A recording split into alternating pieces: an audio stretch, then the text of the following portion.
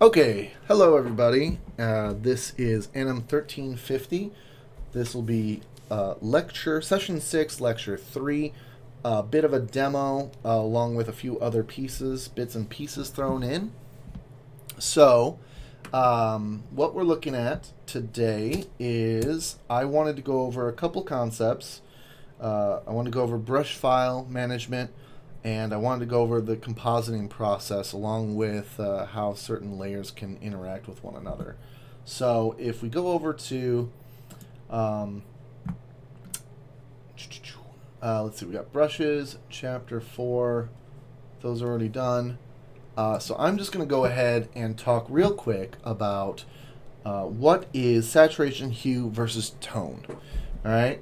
And if you don't know what those are, then adjustment layers are going to seem a little funky. So I'm going to go ahead and open up a new file real quick, and I'm just going to make it a nice little simple custom 512 by 512. So this is this is going to be very small. But so when we're dealing with, let's start with hue. Okay, so hue. Let me go ahead and get my brushes. These are my brush channels. Let's use. Bet I don't have them in here. This is a good chance for me to load some stuff in a moment. Let's use. We'll use nice brush. Nice brush. It's huge. Nice brush is a big brush. All right, size that brush down. Okay, so this F5 key opens up the brush settings there. And let's go ahead and talk about what is hue, right? Simply means color, right? This will be on the quiz at some point, so this is a kind of an important lecture to listen to right off the bat. Hue is color. That's it. Don't overcomplicate it. Just means if I'm going to choose something like blue here as a color, that's my hue. My hue is blue, right? And if I choose this up here, my hue is red. Oh, sorry. Red, right?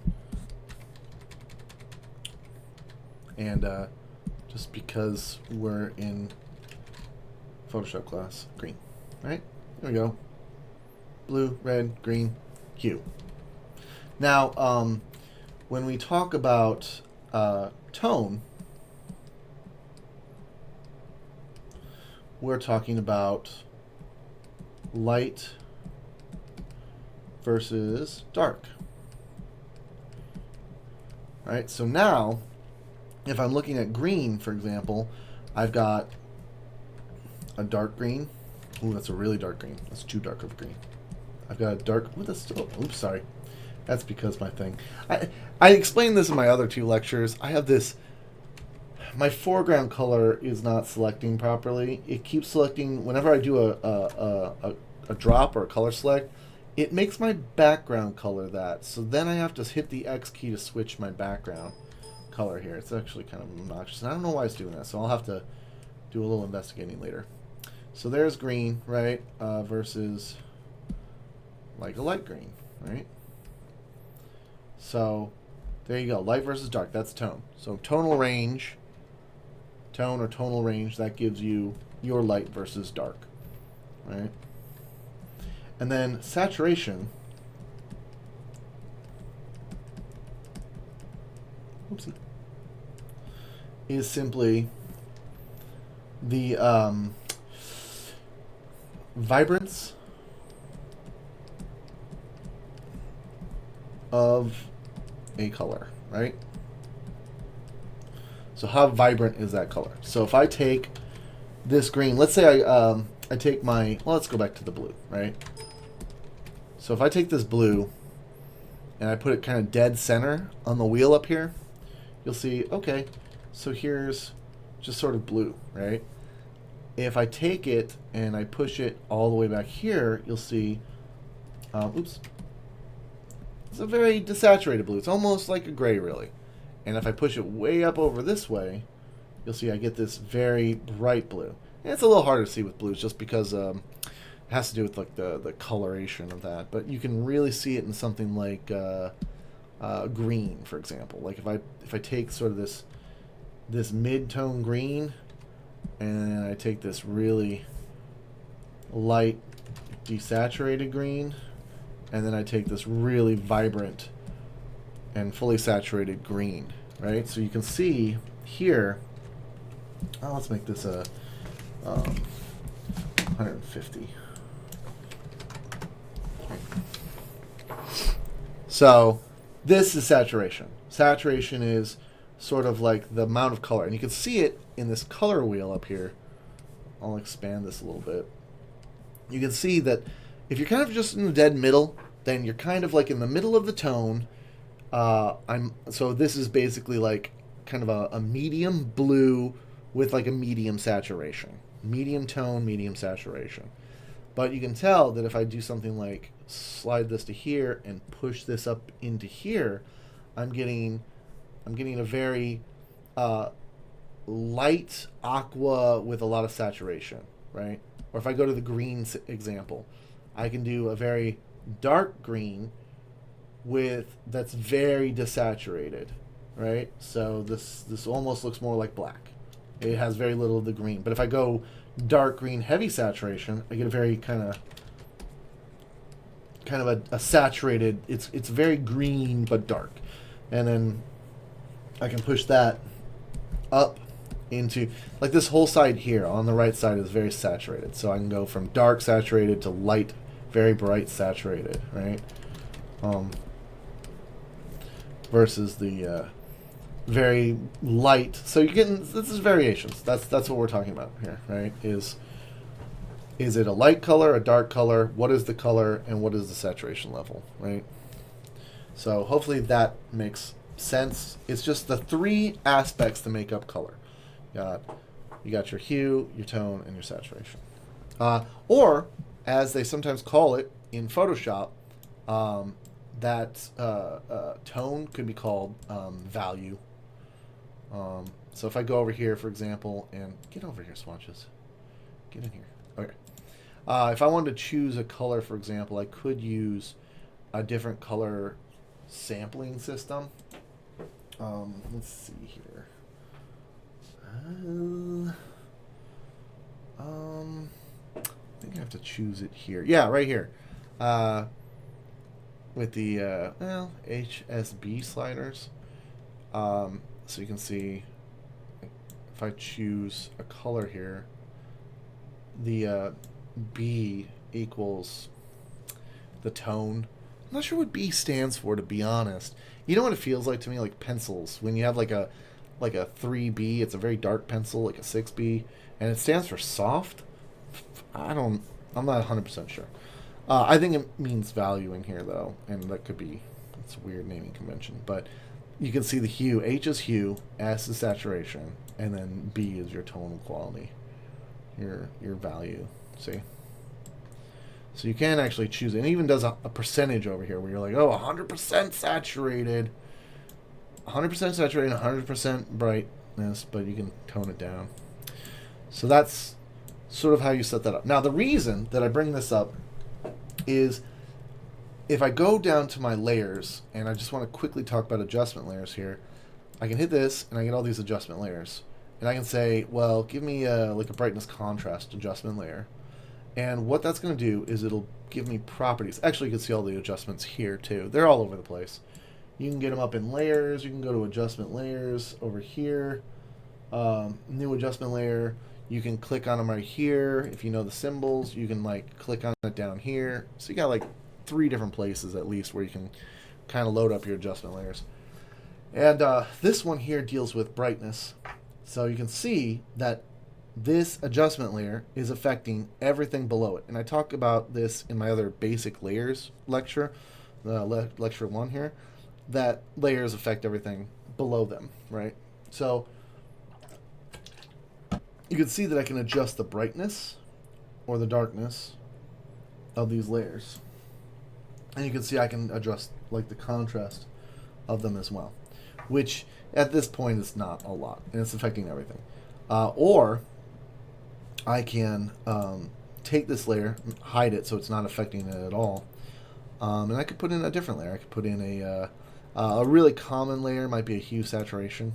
And hue saturation comes with, again, here's hue, saturation, and lightness. So without understanding what hue, tone, and saturation are, or lightness, whatever, right, you'd be like, oh, okay, what am I doing?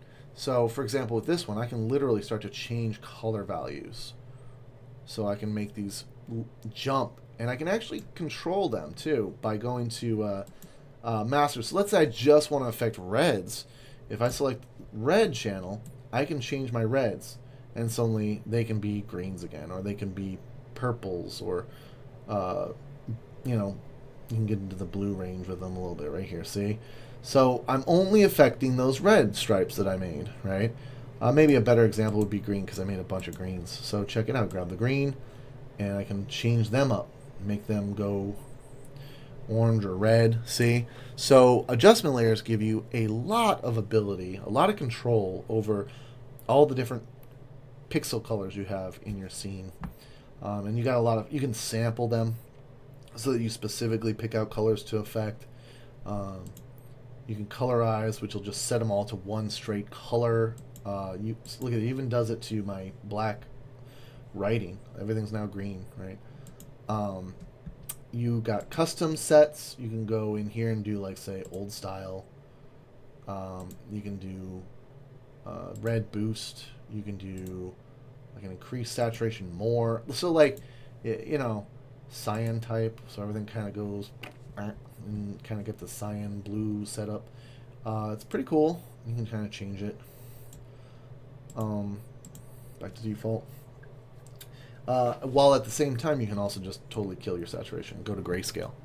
That's the thing about saturation. No saturation equals grayscale. So if you get rid of all saturation in your image, you will see nothing but lights and darks. See nothing but the values, which is also pretty useful. Actually, it's something that you should consider when if you're doing illustration work in Photoshop. Consider desaturating your work every so often so that you can actually see if your values are good, because good values, like a nice range of values, creates good depth in an image. It creates things are closer, things are further away, things overlap each other, and it creates depth in an image, and sometimes you need that. Most of the time you need that, unless you're just doing simple graphic designs or, you know, maybe web pages and stuff. You don't necessarily need all that depth, but for most visual artistry, in terms of like concept and drawings and stuff, you want to be able to create sort of a depth. Like, I'm looking across a mountain range. I can see that it feels like there's a mountain range, as opposed to this is all just one thing. It's not a mountain range. Even if you're looking at a beautiful painting of a mountain range, it's actually just a flat 2D piece of canvas. Surprise, you know.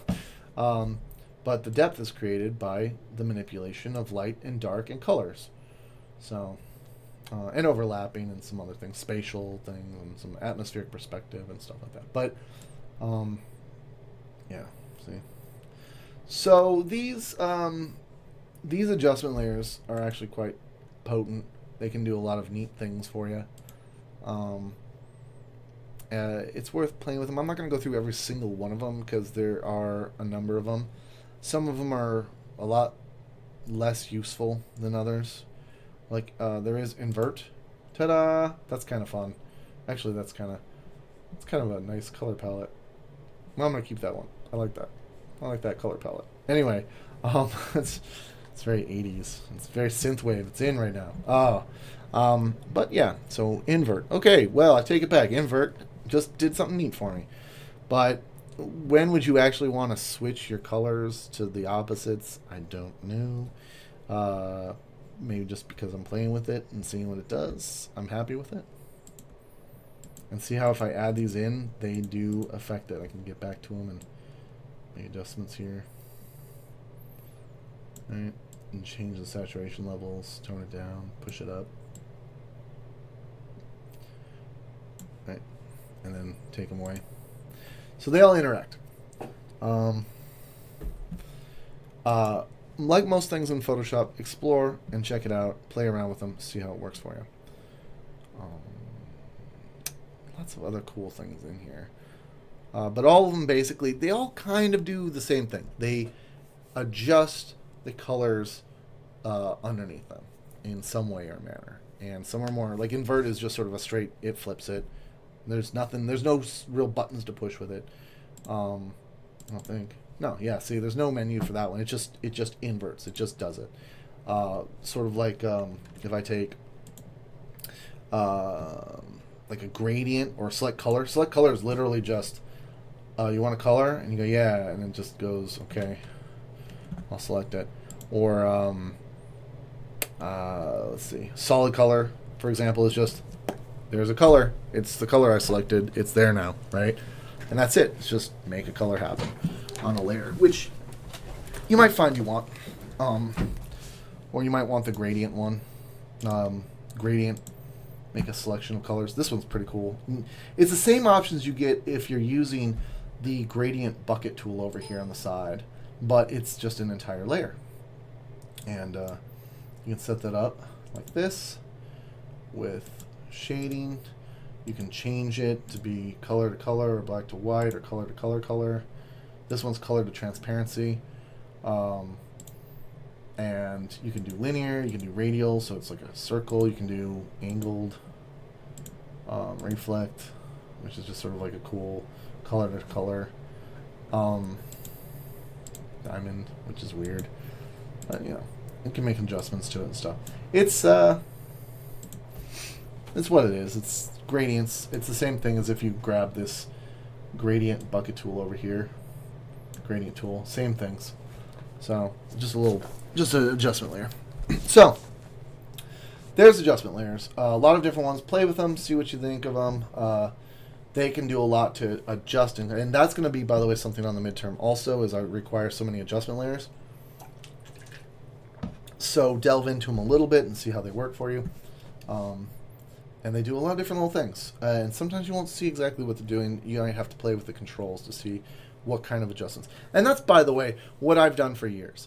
I am always just playing and tweaking. Like, I didn't realize that Invert was going to give me this nice, pretty color palette, and now I'm kind of like, oh, I like that color palette.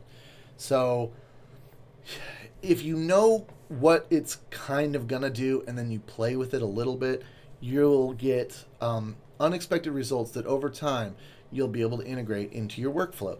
So when I go back to here, this painted chair Neo thing, like, I knew that I was going to be getting certain effects out of this, right? These circlets are themselves overlays, and I did a little video where I talked about how they're using layer styles, which is another part of layers, is these layer styles. And I went in and I made these effects. This is in lecture 2, I believe, and that's what I created with these, because I knew that I was going to get these effects by using these blend modes and by using these styles. Blend modes are these right here. Blend modes: darken, multiply, color burn, linear, darker, lighten, screen, color dodge, overlay, soft light, hard light, vivid. All these are blend modes. This is something that will be on quizzes. Blend modes are not the same as layer styles. Layer styles are special effects applied to a layer. Blend modes are kind of a visual overlay that can do different, like, so it's a little, it manipulates the color in a way. So if I take, for example, this circlet here, this main one I got in the middle here, and I turn off the overlay on it, and I go back to normal, you'll see it just becomes, I also have an opacity set to it, which I talk about again in lecture 2. But I can, let's say I go back to full 100%. This right here is just normal, it's blocking. It does have effects on it. Turn those effects off, and it's just a circle. That's all it is. And if I start playing with these, like I say, I go to multiply, it's a darkening, where I can now see things underneath it, but it multiplies a darkening effect with the color I have that interacts with the colors below the layers that I'm working with. So they can do neat gel effects on top of things. They can do integration things, lighten, screen. These are ones that I'd probably want to adjust the opacity some, but look at it, makes it a lot brighter. Screen is sort of a lightening effect. It lightens it up. Whatever's below it, lightens it. Overlay is kind of a funky one. It does like a little funky blend of blue on blue, because I took blue circle on top of blue, and you can really see that it's making lighter patches of this blue really bright, but it's kind of keeping the dark, right?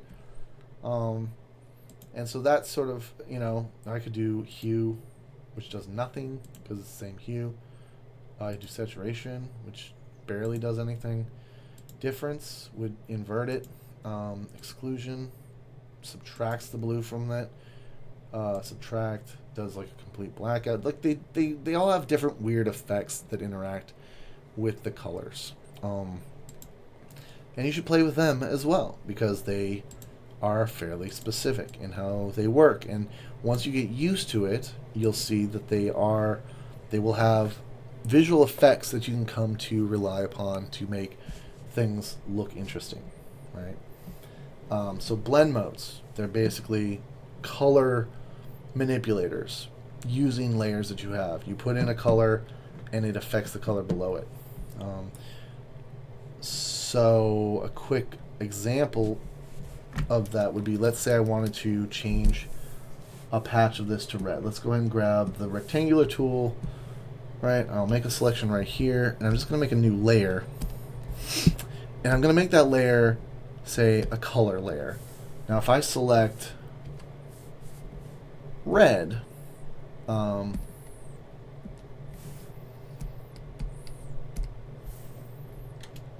I start coloring this in, it makes it red. And it's not very well overwhelming. It's not like, oh my gosh, I'm blown away. Hue works pretty well too. Hue's even a little bit better because it maintains a lot of your texture below it. So you can see I still have this bit of texture under there, but now it's all red. So I could change this entire thing to red.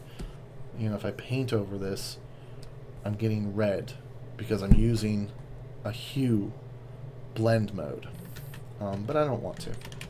I want to delete this. I'll just delete this layer. And the benefit is that you can use the layer to manipulate. Your layer can do lots of things. It's a very non-destructive process. It gives you a lot of control. Your layer can always be deleted or moved or manipulated or reduced in opacity, or you can always make a new one. So working in layers allows you to control very specific bits. I've seen students do amazing things with layers where they just build, and all the little pieces work. And if they need to change something out, you just take the layer away.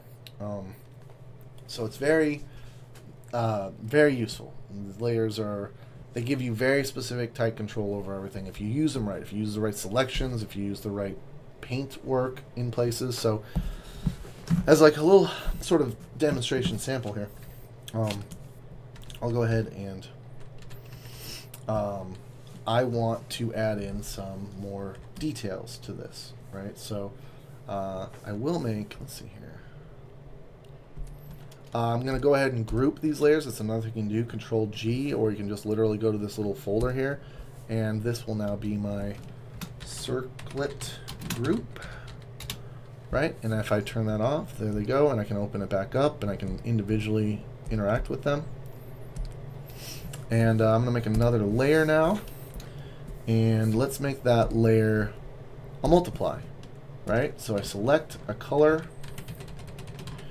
and as I use that color, I need to pull out some brushes.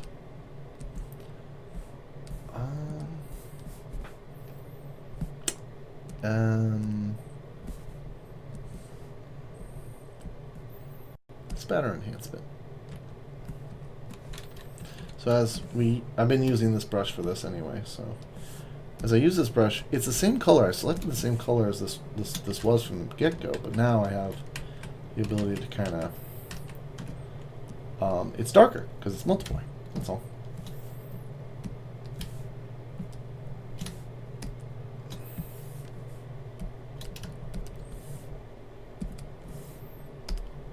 Right. And I'm just kind of going to detail in some extra pieces here.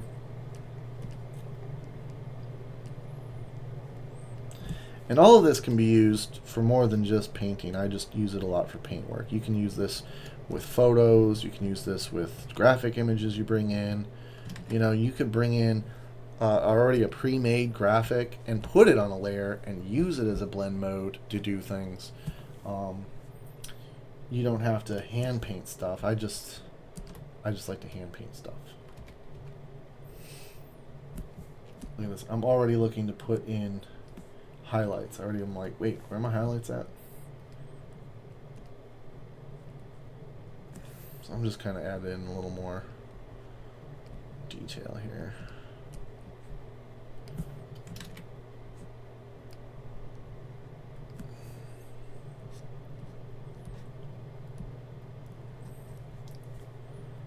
Right, and I'll make a new layer. I'll call this one dark edging.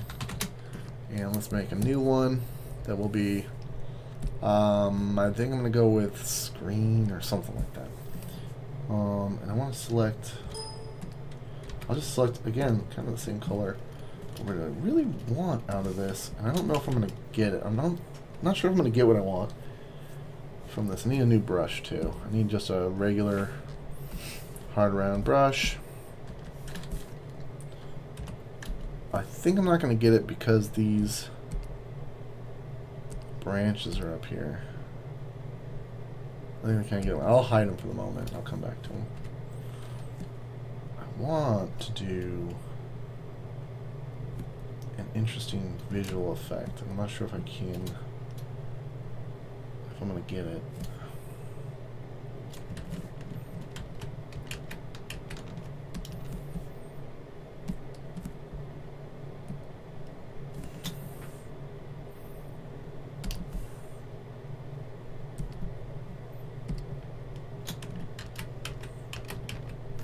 Alright, I should take this. Let's go ahead and select, copy, paste it so that I still have it right here. Uh-oh, nope. That's the problem with these. There it is. Let's flip that. Edit. This was back with transform. I was talking about transform last time. And let's flip that horizontally. I just want it to match up with the other side so they look the same. And then I'm going to Control E to drop it. I talked about this in my other lecture, lecture 1 or 2. It goes from, by the way, normal, that's why it's darker, down into the screen layer, so it becomes a screen effect itself. And I'm just taking this and deleting it. I don't want it to actually, I want it to be like a ring of color is what I'm trying to get. Right.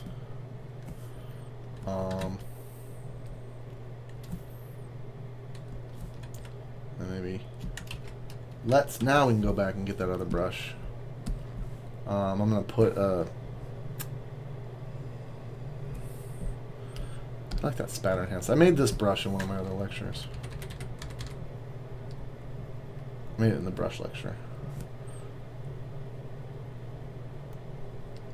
My plan here is to create a layer style that will give this a glow effect, I hope.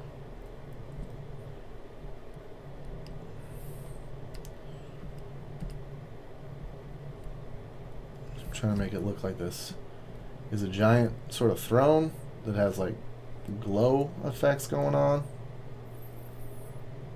We'll see.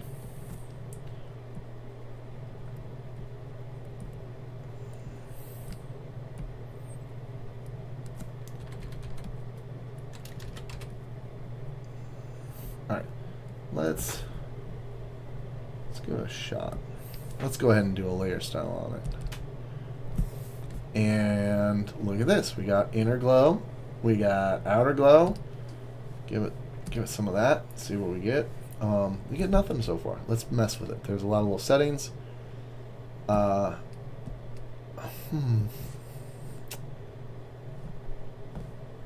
Let's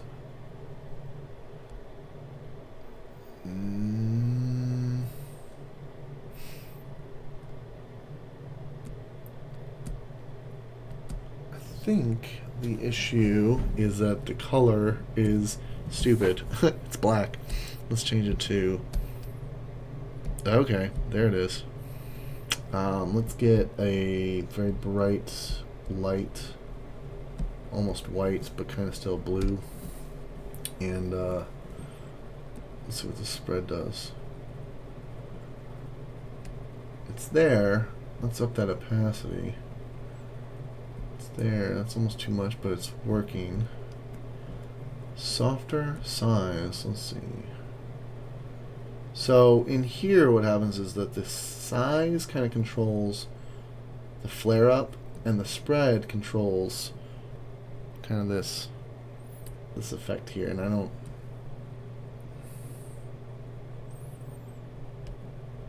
think that needs, but maybe with the opacity down. It's almost doing what I want it to do.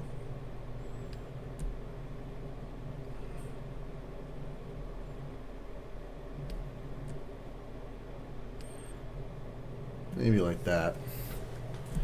Maybe a little bit like that. Yeah. Alright, so now if you turn that effect off, see? Getting that glow that I want out of it. And I can add to it by just basically being like, well, here's more, right?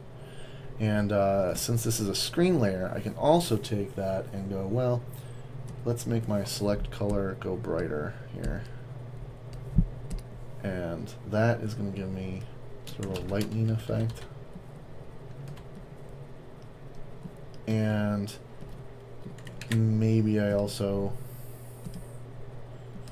I'm just sort of playing around with it. I don't know if I like that. Maybe though, it's kind of cool.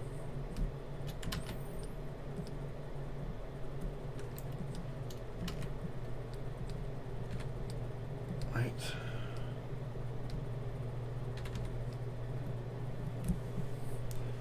Yeah, so it's kind of zapping the lighting effect around.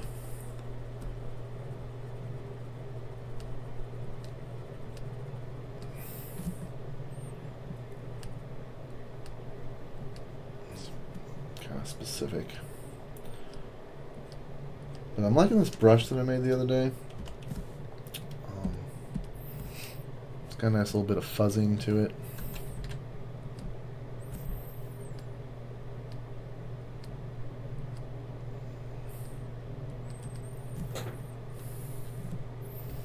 And if it's too much, I can always kind of take away from it, delete it back out, because it's a layer, and the visual effect is coming from the fact that I've put effort into making styles and a layer effect here, right? Like the layer is a screen, and the style is also glow, and so the style is based off of how much I basically draw. In this case, how much I draw on it.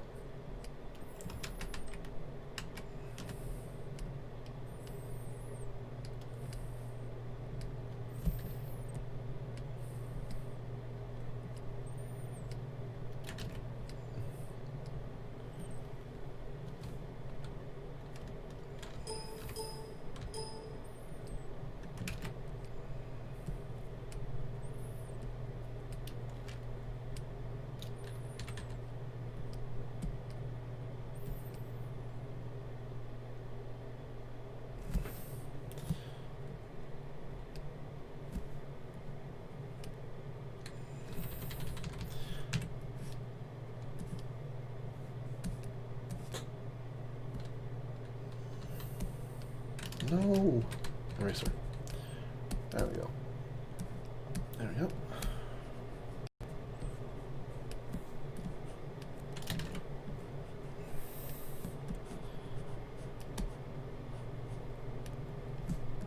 Alright. So, there we go. Kind of got a layer style going on. What do those branches look like in there? They're okay. It's very kind of abstract meets sort of concrete. Which I'm liking the vibe, but I'm not sure if I'm liking the look just yet. It's okay though. I think it works.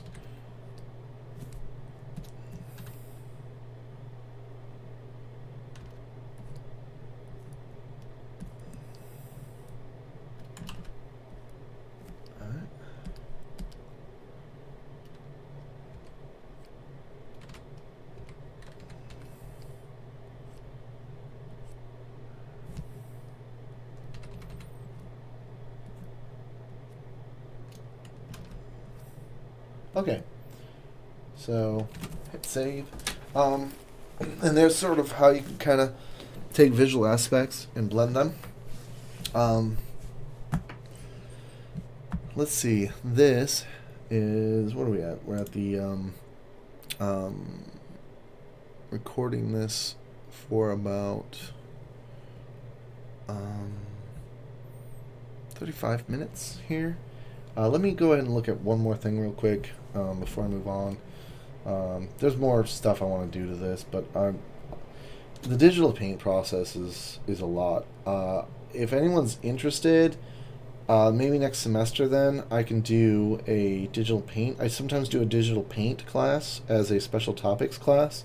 And for those of you who are in my animation degree, you can actually use that special topics as one of your directed electives. So instead of taking like a web design or a graphics art, you could take a digital paint class with me.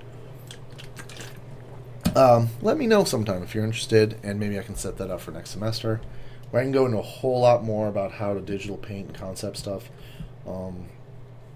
So this is just a demo, but I hope to turn it into a little something more at some point.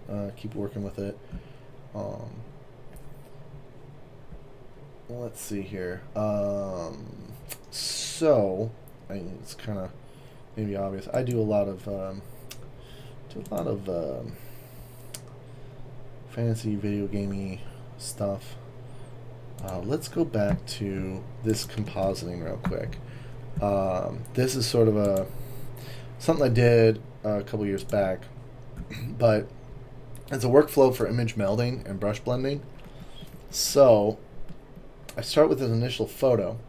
A fairly common approach to compositing in Photoshop, or for people that want to do sort of different types of oh my goodness, what do I want to say? It's a compositing process, which means that you kind of take imagery and you blend it, and maybe you put it in the background, matte paint it into like something like a movie or something like that. So here's a picture of my backyard, right? This is years back because it still has my old deck that I already replaced. Looking for certain lighting and color qualities that I can use in the composition, and the intention here is to create a fantasy setting in the forest with a little druid stone and set up some stuff, right? So you can see it's raining, and so I go in and I do base adjustments where I duplicate the base image multiple times, helping to keep the original image from disappearing, and then allows me to mirror and duplicate. So you can see I do like a duplication here, and I work with the healing brush and the stamp tool to patch in areas and remove edges, and such as the fence that was on my side. I got rid of the table, the deck.